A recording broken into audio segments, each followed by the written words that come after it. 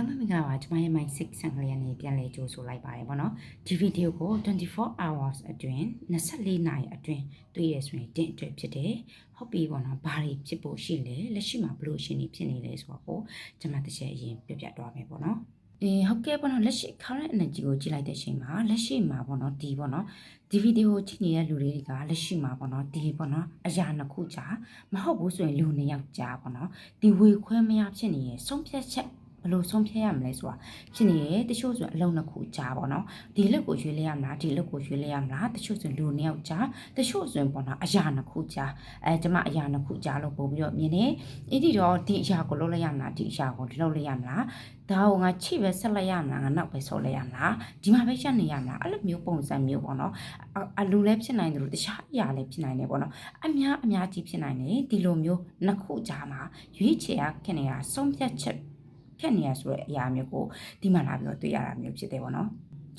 နောက်တစ်ခုကဘာလဲဆိုတော့ပေါ့နော်ဒီမှာပေါ့နော်ဒီပေါ့နော်တချို့လူတွေဆိုရင်တော့လက်ရှိမှာအရန်ပေါ့နော် nice or soft ဆိုတဲ့ကကလေးကြထားsorry nice or one ဆိုတဲ့ကကလေးကြထားဖြစ်တယ်အရန်ပင်ပန်းနေရဖြစ်တယ်တချို့ဆိုရင်ပေါ့နော်ဒီတကယ်ကိုလုံးဝကိုပင်ပန်းနေရလက်ရှိလုံနေတဲ့အရာကိုတော့မှလက်ချော့ချင်တဲ့စိတ်တောင်ဖြစ်နေပြီပေါ့နော်အရန်ပင်ပန်းနေရဒါပေမဲ့လက်တော့မလျှော့သေးဘူးဆိုတာမျိုးကိုတွေ့ရတယ်လက်မလျှော့သေးဘူးအရန်တော့ပင်ပန်းနေပြီပေါ့နော်အဲ့လိုမျိုးအနေထားမျိုးပေါ်လာပြီးတော့တွေ့ရတယ်တခါလေးကျရင်လက်တောင်လျှော့ချင်နေပြီဆိုတဲ့အနေထားမျိုးလာပြီးတော့တွေ့ရတာဖြစ်တယ်။ဒါပေမဲ့ဒီမှာဘာပြောထားလဲဆိုတော့အဲ့လိုမျိုးလက်လျှော့ခြင်းတဲ့အချိန်ကျရင်လက်မလျှော့သေးပါနဲ့အောင်ဆိုပြီးတော့လာပြီးတော့ကျွန်မပေါ့နော်အဲ့ဒီ message ကို message လေးကိုလုံးဝချလိုက်တယ်ပေါ့နော်။လက်အရန်ကိုစူးစမ်းထားတယ်တော်တော်လေးကိုလည်းပေါက်မြောက်တော့မှဖြစ်တာဖြစ်တဲ့အတွက်ကြောင့်မို့လုံးဝအရန်ပင်ပန်းနေပြီဆိုရင်လည်းလက်မလျှော့ပါနဲ့အောင်တကယ်ကိုအဋ္ဌိအရာဒီကိုအောင်မြင်မှုအတွက်တဲဆောင်လာပြီးမဲ့အရာဖြစ်တယ်ဆိုပြီးတော့ကျွန်မဒီမှာလာပြီးတော့တွေ့ရတာဖြစ်တယ်ပေါ့နော်။ကျွန်မအဲ့လို message မျိုးရတာဖြစ်တယ်ပြီးတော့အဲ့လိုမျိုးအရန်ပင်ပန်းနေခဲ့မယ်ဆိုရင်ခဏလောက်အနားယူလိုက်ပါဩခဏလောက်ထိတ်ဆောင်လိုက်ခဏလောက်အနားယူလိုက်ခဏလောက်ရှည်တလားလောက်ဆုပ်လိုက်ပါခဏလောက်အနားယူပြီးမှဆက်ပြီးတော့လုပ်ပါတင်တကယ်ကိုအောင်မြင်ပါလိမ့်မယ်။ဘာဖြစ်လို့လဲဆိုတော့အခုကတကယ်ကိုတင်ရပန်းတိုင်းဒီတင်လောက်ဆောင်ခဲ့တော့ project တင်လောက်ဆောင်ခဲ့တော့အလုပ်တင်ပေါ့နော်အားယူခဲ့တော့အရအားလုံးဒီတကယ်ကိုပေါ့နော်ဒီပေါ့နော်အချစ်လေးဖြစ်နိုင်တယ်တခြားအရာလည်းဖြစ်နိုင်တယ်တကယ်ကိုပေါ့နော်ဒါလုံးဝအောင်မြင်တော့မယ်ပေါက်မြောက်တော့မယ်အချိန်ကြောင်းနေပြီဒါပေမဲ့တင်အရန်လက်ရှိမှာပင်ပန်းနေရဖြစ်တဲ့အတွက်ကြောင့်မို့ဒီအရာဒီတကယ်ကိုပေါ့နော်ဒီပေါ့နော်လုံးဝ possibility ရှိတယ်တကယ်ကိုကောင်းမွန်တဲ့ပေါ့နော် outcome ရှိတယ်ဖြစ်တဲ့အတွက်ကြောင့်မို့ပေါ့နော်တကယ်ကို potential ရှိတဲ့အရာဖြစ်တဲ့အတွက်ကြောင့်မို့လက်ရှိမှာအရန်အနားယူခြင်းနေတက်ဆိုရင်အနားယူပေးလိုက်ပါလုံးဝအနားယူပေးလိုက်ပါ။ဘာဖြစ်လို့လဲဆိုတော့ကိုယ့်ရဲ့စိတ်ကိုကိုယ့်ရဲ့ဝိညာဉ်ကိုဟာအယံကိုပင်ပန်းနေပြီဖြစ်တယ်။အဲ့ဒါကြောင့်မို့အနားယူလိုက်ပါ။အနားယူပြီးမှပဲလှုပ်ရှားရှိတာကိုဆက်လုပ်ပါ။အဲ့ဒီချိန်ကျရင်တော့တင်တကယ်တင်အောင်မြင်ရမယ်။တင်တကယ်ကိုအောင်မြင်ဖို့ဘာမှတိတ်မလို့တော့ဘူး။နည်းနည်းလေးပဲလို့တော့တယ်ဆိုပြီးတော့လာပြီးတော့ universe ကပြောပြပေးထားပါတယ်။အဲ့ဒီတော့ဘောနော်ဒီမှာတချို့တွေဘလို့အခြေအနေမျိုးပါလဲဆိုတာအရန်ကိုဆွတ်ဖြစ်နေတာကိုလုံနေတဲ့အလုပ်ကိုလုံနေတဲ့ project မှာကိုလုံနေတဲ့အရာတစ်ခုအခြေအေးမှလည်းဖြစ်ရင်ဖြစ်စေတခြားအရာတစ်ခုမှလည်းဖြစ်ရင်ဖြစ်လိမ့်မယ်အရန်ပင်ပန်းလွန်းလို့ပေါ့နော်ဒီအရန် overload ဖြစ်နေတဲ့အရာမျိုးတွေဖြစ်လိမ့်မယ်အဲ့လိုမျိုးအခြေအနေဖြစ်တယ်ဆိုရင်တော့ခဏမှကျွန်မအနားယူပေးပါဆိုပြီးတော့ဒီကကလေးကလာပြီးပြပေးနေတယ်အနားယူပေးပါကိုယ့်ရဲ့စိတ်ဝိညာဉ်နေတကယ်ကို rechargeပြန်လုပ်ရမယ့်အချိန်ဖြစ်နေပြီတကယ်ကိုအနားပြီးရမယ့်အချိန်ရောက်ပြီလက်ရှိခဏကိုပြန်ပြော research လုပ်ရမယ့်အချိန်ရောက်နေပြီဆိုပြီးပြထားတာဖြစ်တယ်အဲ့ဒီတော့လက်ရှိမှာတချို့လူတွေအရန်ပင်ပန်းပြီးတော့အဖြေမထွက်ဘူးဆိုရင် don't worry ကိစ္စမရှိဘူးခဏလောက်အနားယူလိုက်အဖြေထွက်လာလိမ့်မယ်ဆိုပြီးတော့ universe message ကကျွန်မကိုပြောထားတာဖြစ်တယ်ပေါ့နော်ဒီမှာနောက်တစ်ခုအနေနဲ့ခဏမှကျွန်မပြောလိုက်တဲ့ပထမတစ်ခုလက်ရှိမှာပေါ့နော်ဒီဟာလေးကိုမပြောခင်ဒီဟာလေးကိုအရင်ပြောပေးမယ်ပေါ့နော်လက်ရှိမှာတဖိုးဆိုတဲ့ကကလေးကြထားတာဖြစ်တဲ့ကြောင့်မို့တချို့တွေပေါ့နော်တကယ်ကိုပေါ့အလုတ်အစ်လုံနေပြီအဲ့ဒီအလုတ်အစ်တချို့ဆိုအလုတ်အစ်ကိုလုံးဝရွေးရှယ်လိုက်ပြီတချို့ဆိုအလုတ်အစ်ကိုလုံနေပြီတချို့ဆိုအလုတ်အစ်ကိုပေါ့နော်လုတ်ဖို့ရည်ရွယ်နေတာအလုတ်အစ်လုတ်ဖို့ရှိနေရဆိုရင်တဖိုးဆိုတဲ့ကကလေးကရဲဝုန်းလုပ်လိုက်ပါလို့ပြောနေတာဖြစ်တယ်ဘာဖြစ်လို့လဲဆိုတော့ is the best timeအခုကကိုရဲ့ပေါ့နော်ဒီအစ်တော်အရာတွေကိုစတင်ပေါ့အကောင်းဆုံးအချိန်ဖြစ်တယ်အခုက the best time အကောင်းဆုံးအချိန်ဖြစ်တယ်ဆိုပြီးတဖူးဆိုတဲ့ကကလေးကပြပေးနေတာဖြစ်တယ်အဲ့ဒီတော့ကိုစားဖို့ဘာရှိနေတယ်လဲ project တက်လားအလုပ်တက်လားကိုကနဲ့ကို own business စားဖို့ရှိနေတာလားကိုကနဲ့ကိုတခုရောင်းဖို့လုပ်နေရလားတကယ်ကိုအခုအချိန်မှာစလိုက်ပါဒီ9လပိုင်းမှာပဲစတင်လိုက်ပါတင့်အတွက်ကောင်းတဲ့အရာ ကောင်းတဲ့အရာတွေအများကြီးthe food ဆိုတဲ့ကကလေးကတင်ကိုပေါ့နော်တကက် stability လေးတကက် free turn နေ financial free turn နဲ့တကက်ပေါ့နော်ဒီရေရှည်တွားလို့ရမယ်အလုပ် stability ကိုတော့ခေါ်ဆောင်လာပြီးမှဖြစ်တယ်ဆိုပြီးတော့လာပြောပြထားတာဖြစ်တယ်တချို့ဆို relationship တက်လဲဖြစ်နိုင်တယ်တချို့ဆိုပေါ့နော်ပေါ့နော်အခုမှစကားတွေပါပြောထားတာနည်းနည်းတော့ကြာပြီအခုမှပေါ့နော်စပြီးတော့ရေရှည်ထိတွားဖို့တွေပြန်ပြီးတော့ပေါ့နော်လောက်ထားတာအချမ်းကောင်းနေဆိုပြီးတော့ the food ဆိုတဲ့ကကလေးကပြောထားတာဖြစ်တယ်တချို့ဆိုရင်လုံးဝအစ်စ်ကိုစပြီးနေပြီးအစ်စ်ကိုစတင်ပြီးတော့ဆုံးဖြတ်ချက်ရှာလိုက်ပြီးတချို့ဆိုရင်လောက်တောင်လုပ်နေပြီဆိုပြီးတော့လာပြောပြထားတာဖြစ်တယ်လက်ရှိရွေးချယ်လိုက်တဲ့အလုပ်ဒီတကယ်ကိုပေါ့နော်ရေရှည်ထိတွားလို့ရတော့ကိုယ့် stability ဖြစ်တော့ကိုယ့် abundance တွေအများကြီးကိုခေါ်ဆောင်လာပြီးနိုင်တော့အရာတစ်ခုဖြစ်တယ် project တစ်ခုဖြစ်တယ်တချို့ဆို social media မှာတခုလုပ်ချင်နေရဆိုရင်လည်းလုပ်လိုက်ပါ now is the best time ပေါ့နော်အခုကတော့တင်တော့အကောင်းဆုံးအချိန်ဖြစ်လိမ့်မယ်အကောင်းဆုံးအချိန်ဖြစ်တယ်လုပ်တဲ့အချိန်ကျရင်လည်း confident ရှိလုပ်ပါကိုပြောပြထားတာဖြစ်တယ်ပေါ့နော်ပေါ့နော်ဒီပေါ့နော် six out one ဆိုတဲ့ကလေးကြားထားတာဖြစ်တဲ့ကြောင့်မို့ဆုံးဖြတ်ချက်ချလိုက်တယ်ဒါပေမဲ့မလားတော့မသိဘူးဒါပေမဲ့အခုချလိုက်တဲ့ဆုံးဖြတ်ချက်ကမှန်ကန်တော့ဆုံးဖြတ်ချက်တစ်ခုဖြစ်တယ်အရန်ကိုမှန်ကန်နေကိုအတွက်တကယ်ကိုအောင်မြင်တော့ abundance ဖြစ်တော့ stability ဖြစ်တော့အရာအများကိုတကယ်ကိုယူဆောင်လာပေးနိုင်တဲ့အရာတွေဖြစ်တယ်ဆိုပြီးတော့ဒီ six of one လေးကလာပြောပြထားတာဖြစ်တယ်ပေါ့နော်ဟုတ်ပြီပေါ့နော်ဒီမှာပေါ့နော်ဒီပေါ့နော်နောက်ထပ်ကအနေနဲ့ကျွန်မကဘာလဲဆိုတော့ဒီမှာ six of sick of sort ဆိုတဲ့ကကလေးကိုကြားတာဖြစ်တယ် sick of sort ဆိုတဲ့တိတ်ပဲဒီ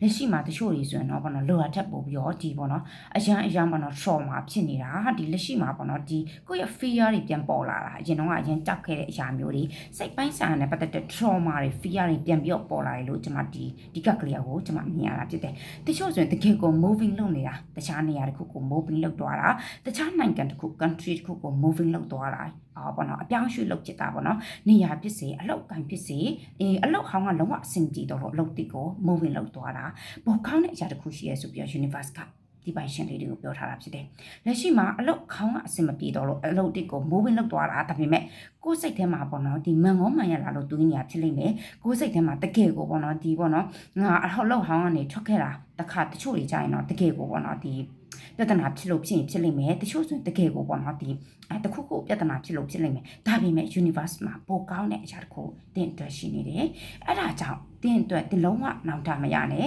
တင်တနေရာနဲ့တနေရာကို moving လုပ်သွားခဲ့ရသည်ပြဿနာတစ်ခုခုကြောင့်ဖြစ်ခဲ့တယ်တခုခုကြောင့်ဖြစ်ခဲ့တယ်ဆိုရင်ဒီလုံးဝနောက်တာမရပါနဲ့လက်ရှိအချိန်ဒီမှာဒီလိုအပြောင်းရွှေ့လုပ်လိုက်ရတော့စိတ်ကမှာစနောဖြစ်နေခဲ့တယ်ဆိုရင်ကျုံးပွားတယ်ဘာဖြစ်လို့လဲဆိုတော့ university တင်အတွက်တကယ်ကိုအကောင်းဆုံးအရာကိုနေရာတက်မှာပြင်ဆင်ထားပေးတာဖြစ်တယ်အလောက်တက်မှာပြင်ဆင်ထားပေးတာဖြစ်တယ်တင်အတွက်တကယ်ကိုပေါ့နော်ဒီအစ်တော့ဒီတချို့ဆို relation တစ်ဖြစ်ချင်းဖြစ်လိမ့်မယ်အဲ့ဒီအစ်မှာကောင်းမွန်တော့အရာတစ်ခုခုကိုတင်အတွက်ပြင်ဆင်ထားပေးတာဖြစ်တယ်နောက်တစ်ခုအနေနဲ့ဒီမှာပေါ့နော် university ရဲ့ message ကဒီမှာဘာလဲဆိုတော့ပေါ့နော်ကိုမှာပေါ့နော် childhood trauma လေးရှိလိမ့်မယ်မဟုတ်ဘူးဆိုရင်ကိုအနည်းလာကကြောက်ရွံ့နေခဲ့တော့အရာဒီလိုမျိုးအရာကို overcome လုပ်ကြည့်ပါပေါ့နော်ကြော်လွားကြည့်ပါပြီးတော့ကိုယ့်ရဲ့ပေါ့နော် childhood trauma ကိုမှကြောက်စိတ်တွေရှိနေတယ်ကိုမှ trauma တွေရှိရင်လည်းအခုကစပြီးတော့ဟင်းလင်းလုပ်ကြည့်ပါဒီ9လပိုင်းဒီအကောင်းဆုံးဟင်းလင်းလုပ်ဖို့အချိန်လေးဖြစ်တယ်ကိုယ့်ရဲ့ trauma တွေကိုဒီ9လပိုင်းဒီ9လပိုင်းမှာလုပ်မယ်ဆိုရင်ပေါ့နော်ဒီ9လပိုင်းကိုအချိန်ပေးမယ်ဆိုရင်ကိုယ့်ရဲ့ trauma ဒီတကယ်ကိုပေါ့နော်လုံးဝပျောက်လို့နေပါဖြစ်ပြီးတော့ကိုဒီပို့ပျော်နိုင်တော့ပို့ပြီးပျော်ရွှင်နိုင်တော့ပို့ပြီးကောင်းမွန်နိုင်တော့ပို့ပြီးပေါ့နော်ဒီပေါ့နော်ကိုယ့်ရဲ့ the best version ကိုပေါ့နော်ကိုယ့်ရဲ့အကောင်းဆုံးဘာချင်းဖြစ်ကိုပြင်ပြီးတော့မြင်နိုင်တော့အကျဉ်းရန်ကိုလပပျော်ရွှင်နေတော့ကိုပုံစံကိုပြင်မြင်ရမှာဖြစ်တယ်ဆိုပြီးတော့ universe ကပြောထားတာဖြစ်တယ်တချို့ဒီမှာနည်းနည်းနောက်တာရနေရမျိုးဖြစ်တယ်နေရာတနေရာနဲ့တခြားတနေရာကိုအလုပ်ပထမနေရာကနေနောက်ထပ်တနေရာကိုအခြေအနေကြောင်းပေါ့အလုပ်ထွက်လိုက်ရတဲ့အရာတွေအကုန်လုံးကိုလည်းနောက်တာရနေရမျိုးဖြစ်မယ် don't worry because ဘာဖြစ်လို့လဲဆိုတော့ပေါ့နော်တင်ကအကောင်းဆုံးလုပ်နေရဖြစ်တယ်အဲ့ဒီကျကိုလည်းအကောင်းဆုံးလုပ်ပါတကယ်လို့ကိုတစ်ခုမှားတာချင်းလည်းအပြစ်မတင်ပါနဲ့ဘာဖြစ်လို့လဲဆိုတော့ universe မှာတင်အကောင်းဆုံးတော့အရာတခုရှိနေပါတယ်ဆိုပြီးတော့လာပြီးတော့ message ပေးထားတာဖြစ်တယ်ပေါ့နော်တချို့တွေပေါ့နော်ဒီမှာပေါ့နော် ace of swords ဆိုတဲ့ကကလေးကြားထားပြီးတော့ကြောင့်ပေါ့တချို့တွေပေါ့နော်ဒီပေါ့နော် relationship မှာအမှန်တရားတစ်ခုခုသိကျင်နေတယ်ဖုံးကွယ်ထားတဲ့အရာတစ်ခုခုသိကျင်နေရဆိုရင်သိလာရဖို့ရှိတယ်တချို့ပေါ့နော်ဒီ relationship မှာလုံးဝပေါ့နော်ဟိုလိုဒီလိုပြဿနာတွေဖြစ်နေပြီးတော့မပြတ်သားတဲ့အဖြေဖြစ်နေတယ်ဟောဘာကြီးလည်းမသိဘူးဟောအဖြေလည်းမပြောဘူးမင်းကြီးလည်းမဖြစ်ဘူးဆိုတဲ့အနေအထားဖြစ်တယ်သူ့အနေနဲ့ဖုံးကွယ်ထားတဲ့အရာတစ်ခုခုရှိရဆိုရင် the truth အမှန်တရားတစ်ခုခုကိုသိလာရဖို့ရှိတယ်အဲ့ဒီအမှန်တရားတစ်ခုခုသိလာရဖို့ရှိတယ်ဆိုပြီးတော့ကောင်းတဲ့အမှန်တရားဖြစ်လိမ့်မယ်ဆိုပြီးတော့ဟောတော့ခန်းစားရတာဖြစ်တယ်ပေါ့နော်နောက်တစ်ခုအနေနဲ့ခဏတုန်းကကျွန်မတို့မှာပြောခဲ့တဲ့အတပတ်အိုင်းပေါ့နော်ဒီမှာ two off ဖြစ်တာဖြစ်တဲ့ကြောင့်မို့လက်ရှိမှာပေါ့နော်ဘလို့လူမျိုးတွေပါနေလဲဆိုတော့ပေါ့နော်ဆုံးဖြတ်ချက်လုံးဝမပြတ်သားနေဘူးပေါ့နော်ဟိုဟာကိုရွေးလိုက်ရမလားဒီဟာကိုရွေးလိုက်ရမလားအချစ်ရေးဆိုလဲငါတို့နဲ့ချိတ်ဆက်လိုက်ရမလားဒီမှာပဲ break လုပ်လိုက်ရမလားအလုပ်ဆိုလဲဟိုအလုပ်ကိုရွေးလိုက်ရမလားဒီအလုပ်ကိုရွေးလိုက်ရမလားဆိုပြီးတော့ပေါ့နော်တကယ်အဲ့လိုအခြေအနေဖြစ်နေခဲ့တယ်ဆိုရင်ဘယ်အရာကိုယုံကြည်ပေးပါလို့ပြောချင်တာလဲဆိုတော့ the high princess ဆိုတဲ့ကခရီးကြထားတာဖြစ်တဲ့ကြောင့်မို့ကိုယ့်ရဲ့ intuition ကိုယုံကြည်ပေးပါလို့ပြောနေရဖြစ်တယ်အဲ့လိုမျိုးပေါ့နော်ဒီနှစ်ခွဖြစ်နေတယ်ဟိုလိုရွေးရမလားဒီလိုကိုရွေးရမလားဟိုအလုပ်ကိုရွေးရမလားဒီအလုပ်ကိုရွေးရမလားချိတ်ဆက်လိုက်ရမလားနောက်ပဲဆိုလိုက်ရမလားဆိုတဲ့အနေထားဖြစ်နေခဲ့တဲ့ຢာတိုင်းကိုယ့်ရဲ့ intuition ကိုရွှေ့ပေးပါဆိုပြီး the high princess ကပြောထားတာဖြစ်တယ်ဘာဖြစ်လို့လဲဆိုတော့အဲ့ဒီအဖြစ်ဒီကိုယ့်ရဲ့ intuition မှာရှိတယ်ကိုယ့်ရဲ့ intuition ကိုတည်ကြ energy ကောင်းအောင်ခဏလောက်အနားယူပြီးတော့ intuition ပြောတဲ့စကားကိုနားထောင်ပေးပါဆိုပြီး the high princess ဆိုတဲ့ကလေးကပြောပြပေးနေတာဖြစ်ပါတယ်ရှင်အဲ့ဒီတော့ဒီမှာပေါ့နော်ဘလို့ရှင်နေထပ်တွေ့ရသေးလဲဆိုတော့တချို့ဆိုရင်ပေါ့နော်ဒီပေါ့နော်နိုင်ငံခြားပေါ့နော်ဟိုအလုပ်ကိစ္စနဲ့ဒီမှာနိုင်ငံခြားကိုအလုပ်ကိစ္စနဲ့တကယ်ကိုပေါ့နော်တွားဖြစ်တော့မယ်တွားဒီပေါ့နော်ဒီဘယ်နှလားလောက်တွားဖြစ်တော့မလဲဆိုရင်တော့ပေါ့နော်အခုကဒီဗီဒီယိုကိုတွေ့ပြီးရဲ့နောက်ပိုင်း3လအတွင်းအရှက်လပိုင်းကမကြော်ဘူးပေါ့နော်ဒီပေါ့နော်ရှောင်းငါဒီပေါ့နော်အခုဒီဗီဒီယိုတွေ့ပြီးတဲ့နောက်ပိုင်းနိုင်ငံခြားအလုပ်တွေလက်ခံရရှိတာဒီဗီဒီယိုကိုတွေ့ပြီးတဲ့နောက်ပိုင်းကျမဟိုပေါ့နော်လုံးဝလက်ခံရရှိတာတော့ဒီတော့တွင်လက်ခံရရှိသွားလိမ့်မယ်ဒါပေမဲ့သွားဖြစ်တာကတော့9လပိုင်း10လပိုင်းလောက်မှမြင်နေအဲ့ဒီတော့ပေါ့နော်ဒါပေမဲ့ဒီဗီဒီယိုကိုတွေ့ပြီးတဲ့နောက်ပိုင်းနိုင်ငံခြားအလုပ်တစ်ခုကိုလက်ခံရရှိသွားတာတချို့ဆိုရင်ကြောင်းတက်ဖို့9လပိုင်း10လပိုင်းမှာတွားဖြစ်တာတကယ်ကိုတွားဖြစ်လိမ့်မယ်ဒါပေမဲ့အဲ့တို့ကြောင့်မို့တချို့တွေဆိုတော့ပတ်စံကုန်သွားတာကို့မှာပတ်စံအလုံးအရင်ကတော့ဝင်ထားတယ်ဟာဒီတချို့ဆိုတော့ဒီမေလ first week လောက်မှာဝင်ထားတဲ့အရာမျိုးတွေရှိမယ်တချို့ဆိုရင်တော့ဝင်တော့မဝင်သေးဘူးဒါပေမဲ့ပေါ့နော်အဲ့ဒီဝင်ထားတဲ့ပတ်စံတွေလည်းဒီနိုင်ငံခြားတွားဖို့အတွက်တချို့ဆိုရင်ပထမအလုံးနဲ့တွားမှာဖြစ်တဲ့ကြောင့်မို့ကိုယ့်ရဲ့လက်ရှိမှာရှိနေတဲ့ငွေကိုတုံးလိုက်ရမှာဖြစ်တယ်တချို့ဆိုရင်ကြောင်းတက်ဖို့ဖြစ်တဲ့ကြောင့်မို့ဟိုမှာပေါ့နော်နေစစ် living cost အတွက်နေစစ်စားစရိတ်အတွက်တုံးလိုက်ရတာတချို့ဆိုရင်တော့အကျွေးတွေပေးလိုက်ရတာတချို့ဆိုရင်တနေ့ရမှာပေးလိုက်ရတာဖြစ်တဲ့အတွက်ကြောင့်မို့ပေါ့နော်ဒ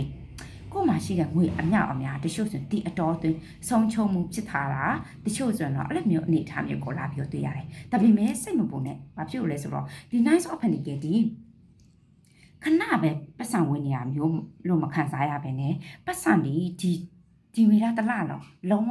ကိုဝင်နေတာမေလာကစပြီးကိုလှုပ်ထားတဲ့အလုပ်ကနေကိုလှုပ်ထားတဲ့ project ကနေကိုလှုပ်ထားတဲ့ business တစ်ခုကနေငွေတွေလုံးဝကိုဝင်လာနေရလို့ခံစားရတာဖြစ်တယ်ဝင်တဲ့ငွေအမောက်တွေကလည်းတော်တော်များများကိုဝင်တာတော်တော်ကြီးရောအလုံးအများကြီးကိုဝင်တာဖြစ်တယ်ပြီးတော့တချို့တွေဆိုရင် freelance အလုပ်တွေနဲ့အရာအကျိုးပေးနေရမျိုးကိုတွေ့ရတယ် freelance အလုပ်တွေလုပ်ချင်နေရလို့စဉ်းစားနေရဆိုရင်လုပ်ပေးပါ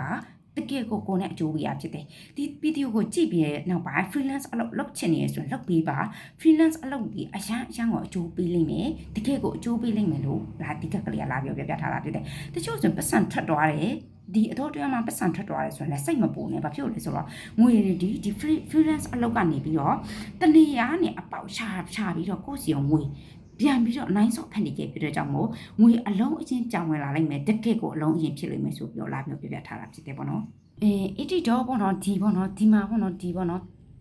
်တချို့တွေပေါ့နော်ဒီအဲ့ဒီတော့ဒီဗီဒီယိုကိုတွေ့ပြီးနောက်ပိုင်းဘလို့ရှင်းနေမျိုးဖြစ်နေလဲပေါ့နော်တချို့ဆိုရင်ဒီ Five of Pentacles ဖြစ်တဲ့ကြောင့်မို့အခြေအနေနဲ့ပတ်သက်ပြီးပြောရမယ်ဆိုရင်တကယ်ကိုအဆက်တွေပြန်နေတာအဆက်တွေလုံးဝအေးစက်နေတာအဆက်တွေမပြတ်ဘူးဆိုလုံးဝတယောက်နဲ့တယောက်ကြားလုံးဝအေးစက်နေတာဖြစ်တယ်အဲ့လိုမျိုးအခြေအနေတချို့ဆိုရင်ပြဿနာတွေကိုဖြစ်ထားတာအလုံးဝဘာလို့ရမလဲမသိဘူးချစ်ဆက်ရမလားနောက်ဆုံးရမလားဆိုတဲ့အနေချာဖြစ်နေခဲ့တယ်ဆိုရင်ကျွန်မပြောသလိုပဲ intuition ကိုမေးပေးပါဆိုပြီး the high princess ကပြောထားတာဖြစ်တယ်နောက်တစ်ခုအနေနဲ့အဆက်တွေလုံးဝအေးစက်နေတဲ့အနေချာဖြစ်နေခဲ့တယ်ပြဿနာတစ်ခုခုဖြစ်နေခဲ့တယ်ဆိုရင်ဒီပေါ့နော် ace of swords ဖြစ်တဲ့ကြောင့်မို့အမှန်တရားတစ်ခုသိလာရလိမ့်မယ်ပေါ့နော်အဲ့တော့တချို့ပေါ့နော်ဒီမှာအဆက်တွေလုံးဝပြတ်နေတာမျိုးတချို့ဆိုရင်တော့ပေါ့နော်တကယ်ကိုပေါ့နော်ဒီ relationship မှာဆိုတော့ဒီတယောက်ကပေါ့နော်နိုင်ငံခြားထွက်သွားတာတယောက်ကအဝေးကိုထွက်သွားတဲ့အနေထားမျိုးကိုလည်းလာပြီးတွေ့ရတာဖြစ်တယ်အဲ့ဒီဒီဗီဒီယိုကိုမြင်ပြီးတဲ့နောက်ပိုင်းဘလို့အခြေအနေမျိုးဖြစ်နေခဲ့မလဲဆိုရင်တော့ပေါ့နော်ဒီပေါ့နော်3 of cup ဖြစ်တဲ့ကြောင့်မို့ခတ်ဖြစ်တဲ့ကြောင့်မို့ပေါ့နော်ဒီဗီဒီယိုကိုမြင်ပြီးတဲ့နောက်ပိုင်းလုံးဝတည်င်းကောင်းကြရလိမ့်မယ်တချို့ဆိုရင်ပေါ့နော်နိုင်ငံခြားမှာကြောင်းတက်ဖို့အတွက်ဒီပေါ့နော်တခုခုအခက်ခဲဖြစ်နေလို့ပေါ့နော်ဒီ စောင့်မျှော်နေတဲ့အရာမျိုးရှိလိမ့်မယ်တချို့ဆိုရင်အလောက်ကိုင်းခွင့်လာနဲ့ပတ်သက်ပြီးတော့စောင့်မျှော်နေတဲ့အရာမျိုးရှိလိမ့်မယ်တချို့ဆိုရင်တော့ပေါ့နော်ဒီပေါ့နော်ကိုယ့်ရဲ့ပေါ့နော်ကောင်လေးကပြန်ပြီးဆက်တွယ်လာပါတယ်ဆိုတဲ့တည်င်းစကားမျိုးကြားရလိမ့်မယ်ဆိုပြီးတော့ဒီဗီဒီယိုကိုမြင်ပြီးနောက်ပိုင်းကြားရလိမ့်မယ်ဆိုပြီးတော့ဒီ3 of cards လေးကပြောပြထားတာဖြစ်တယ်ဘာဖြစ်လို့လဲဆိုတော့အရန်ပျော်ရွှင်ရပြီးတော့တငယ်ချင်းတွေနဲ့ celebration လုပ်တာတငယ်ချင်းတွေနဲ့ပျော်ပပြန်ပြောဖြစ်တယ်ဆိုတဲ့ moment မျိုးကိုကျွန်မခံစားရတယ်တချို့ဆိုရင်ဒီကကလေးနဲ့ဒီကကလေးပြောထားပြီးတော့ကြောင့်နိုင်ငံခြားကနေပတ်သက်ပြီးတော့အလုံမျောနေတဲ့လူအဝေးကနေပြီးတော့အလုံမျောနေတဲ့လူတွေတကယ်ကိုအလုံရရှိလိမ့်မယ်ဆိုပြီးတော့ဒါပြောပြထားတာဖြစ်တယ်အရှမ်းပေါ့နော်ဒီဗီဒီယိုကိုမြင်ပြီးနောက်ပိုင်းတကယ်ကို new တစ်ခုကြားဖို့ရှိတယ်အခုကျွန်မပြောလိုက်တဲ့အရာမဟုတ်ဘူးဆိုရင်တော့ကိုစောင့်မျောနေတဲ့ good news တစ်ခုကြားရလာဖို့ရှိတယ်ဆိုပြီးတော့တော်တော်ခန့်ငွေကြေးအမြောက်အများဝင်လာလိမ့်မယ်လို့ခံစားရတယ်ငွေကြေးအမြောက်အများဝင်လာလိမ့်မယ်လို့လည်းခံစားရတာဖြစ်တယ်အဆက်အသွယ်ရလိမ့်မယ်အဆက်အသွယ်လည်းရလိမ့်မှာဖြစ်တယ်ပေါ့နော်ကိုယ့်ရဲ့ community တခုလုံးဝပျော်ရွှင်သွားရစေမယ်အရာတစ်ခုမျိုးလေးရရှိလိမ့်မယ်လို့ခံစားရတာဖြစ်တယ်ပေါ့နော်ပြီးတော့နောက်ထပ်က601အားလုံးတည်တဲ့အတိုင်းပဲ601ကိုကျွန်မဘယ်လိုခံစားရလဲဆိုတော့တချို့ဆိုရင်ပေါ့နော်ဒီတော်တော်ကြာလေးအလုပ်တစ်ခုကိုလုပ်နေရဖြစ်တယ်ပြီးတော့ research ကိုမျိုးနေတာ result တစ်ခုကိုမျိုးနေတာဘယ်လိုဖြစ်မလဲမသိဘူးပေါ့နော်အဲ့လိုမျိုးဆိုရင်ခေါင်းနဲ့ research မျိုးဖြစ်လိမ့်မယ်လို့ပြောပြထားတာဖြစ်တယ်တချို့ဆိုရင်တော့ပေါ့နော်ဒီကိုယ့်ရဲ့ကောင်လေးရှိဟာကိုယ့်ရဲ့ကောင်လေးနိုင်ငံခြားရောက်နေတဲ့ကောင်လေးရှိဟာအဆက်တွေမျိုးနေတာ long distance နေရှိအဆက်တွေမျိုးနေဆိုအဆက်တွေရတတ်တယ်ဆိုပြီးတော့လေဒီ601လေးကလာပြီးပြထားတာဖြစ်တယ်တချို့ဆိုရင်ပေါ့နော်ဒီ9လပိုင်းမှာတကယ်ကိုပေါ့နော်ပထမအခြေအနေကနေလုံးဝအောင်မြင်မှုတစ်ခုအတွက်ပေါ့နော်လုံးဝငါပေါ့နော်တခ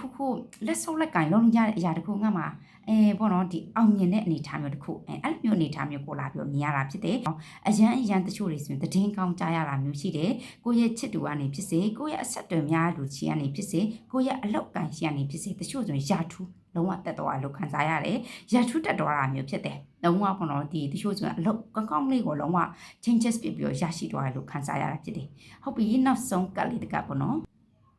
်ဒီမှာတချို့ဆိုရင်တော့ပေါ့နော်ဒီ justice ဆိုတဲ့ကကလေးကြထားပြီးကြောင့်ပေါ့နော်ဒီပေါ့နော်တရားခွင့်နဲ့ပတ်သက်ပြီးတော့ဒီတမမဟုတ်ဘဲနဲ့ပေါ့နော်ဒီပေါ့နော်ပေါ့နော်ကိုပေါ့နော် Tuesday ပေါ့နော်အလုပ်ကိစ္စနဲ့ပဲဖြစ်စေတခြားတခုအကြောင်းနဲ့ဖြစ်စေဆုံးဖြတ်ချက်ကမပေးနေသေးဘူးသူ့အနေနဲ့ပေါ့နော်ဒီပေါ့နော် decision ချဖို့လုပ်နေတော့ဆိုရင်ကိုပေါ့နော်အောင်မြင်မှုရတတ်တယ်အနိုင်ရတတ်တယ်ဆိုပြီး the justice နဲ့ the 601နဲ့လေရလာပြီးပြထားတာဖြစ်တယ်ကိုအနေနဲ့ရမလားမရဘူးလားဖြစ်နေတယ်ဆိုတဲ့အခြေအနေမျိုးဖြစ်နေခဲ့တယ်ဆိုရင်ရဖို့အရန်ကိုစောင်းနေဖြစ်တယ်ညားတယ်ဆိုပြီးတော့လာပြီးပြထားတာဖြစ်တယ်ကိုအနိုင်ရရှိလိမ့်မယ်ပေါ့နော်ပြီးတော့နောက်ဆုံးက 10 of Pentacles လေးဖြစ်တယ်လက်ရှိမှာတချို့တွေဆိုပေါ့နော်ကိုရဲ့ချစ်သူနဲ့ commitmentရှားဖို့မြင်နေကိုယ့်ရဲ့ချစ်တုံနဲ့ပေါ့နော်တချို့ဆိုတော့ commitment အတိအကျမရသေးဘူးတွဲနေဆိုရင်တော့တချို့ဆိုရင်တော့ပေါ့နော်တကယ်ပေါ့နော်ဘယ်တော့ဆိုရင်ကိုလိုလက်ထပ်ရဲ့ကြားရအောင်ဆိုတာမျိုးပေါ့နော်တကယ်ကိုလောင်းထမ်းသွားလို့ရတဲ့ commitment မျိုးရရှိလိမ့်မယ်ပြောစရာအရန်ကောင်းတဲ့ commitment မျိုးရရှိလိမ့်မယ်လို့လာပြီးတော့တွေ့ရတာမျိုးဖြစ်တယ်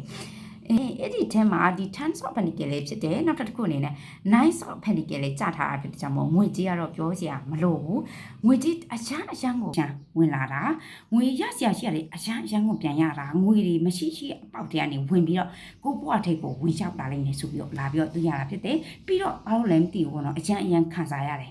ကိုယ့်ရဲ့ကောင်လေးနဲ့ long term commitment ရဖို့ရှိတယ်ဆိုပြီးတော့အရန်ပြောချင်နေရဖြစ်တယ်ကိုယ့်ရဲ့တချို့တွေဆိုရင်ကိုယ့်ရဲ့ကောင်လေးနဲ့အရန် long term commitment ရှိနေရဖြစ်တယ်တချို့တွေဆိုရင်တကယ်ကို stability ရဖို့ရှိတယ်ဒီ9လပိုင်း stability ဆိုတာဒီအခြေနဲ့ကဒီဟာလေး stability ရဖို့လုံးဝ long term commitment ငွေကြီးနဲ့ပတ်သက်ပြီး stability ရဖို့ရှိတယ်အလောက်အကင်နဲ့ပတ်သက်ပြီးရေရှည်တွားလို့ရတဲ့အလောက်အကင်မျိုးနဲ့တွေ့ရတတ်တဲ့ stability ရလိမ့်မယ်လို့ခံစားရတာဖြစ်တယ်တကယ်အရန်ကောင်းပါတယ်အခုဒီဗီဒီယိုကိုကြည့်ပြီးတဲ့နောက်ပိုင်းအလောက်အကင်နဲ့ပတ်သက်ပြီးတော့ငွေအမြောက်အများဝင်တဲ့အလုပ်မျိုးမရှိဘူးဆိုရင်တကယ်ကိုရှိလာလိမ့်မယ်ပြီးတော့ long term တွားလို့ရတဲ့ commitment မျိုးကိုယ့်ရဲ့အကောင်လေးနဲ့ပေါ့နော်တွားဖို့အစတော့ကပေါ့နော်တွားမှမတွားတာဖြစ်နေခဲ့တယ်ဆိုတကယ်ကို long term တွားဖြစ်လိမ့်မယ်အရန်ပြောစရာကောင်းပါတယ်ကျမဆိုဒီကက်ကလေးကိုတွေ့ပြီးတော့ပေါ့နော်ပြောနေပေါ့နော်တချို့ဆိုရင်ပေါ့နော်ဒီကိုချောက်ခဲ့တဲ့ဂျာနေမှာကိုလုတ်ခဲ့တဲ့ကိုစူးစမ်းခဲ့တဲ့အရာအတွက်ပြန်ပြီးတော့အတိအမှပြုခံရမယ်တချို့ဆိုရင် social media မှာအချမ်းကိုအတိအမှပြုခံရလိမ့်မယ်သူကအဲ့လိုမျိုးတော့တော်ရလားသူကအဲ့လိုမျိုးလားဆိုတာမျိုးကို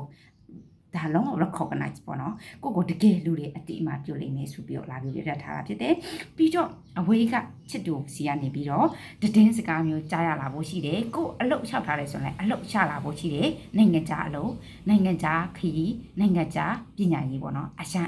ကောင်းပါတယ်အဆက်အသွယ်ညွှန်နေတဲ့လူတွေ လုံးဝပေါ့နော် commitment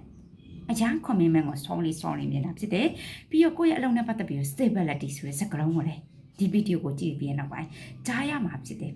အရန်မိုက်ပါတယ်စီအားလုံးပဲ see you in the next video ပါရှင်အရန်လာပါတဲ့ကကလေးပါရှင်ဒီမှာရဲ့ comment အောက်မှာclaim သွားပေးပါတကယ်ကိုသင်ဟာ stability ရနေပါပြီငါခါ stability ရနေပြီအလုပ်နဲ့ပတ်သက်ပြီးတော့ stability အချစ်ရင်းနဲ့ပတ်သက်ပြီးတော့ commitment ရနေပါပြီဆိုပြီးတော့ဒီမှာရဲ့ comment မှာ claim လုပ်သွားပေးပါရှင်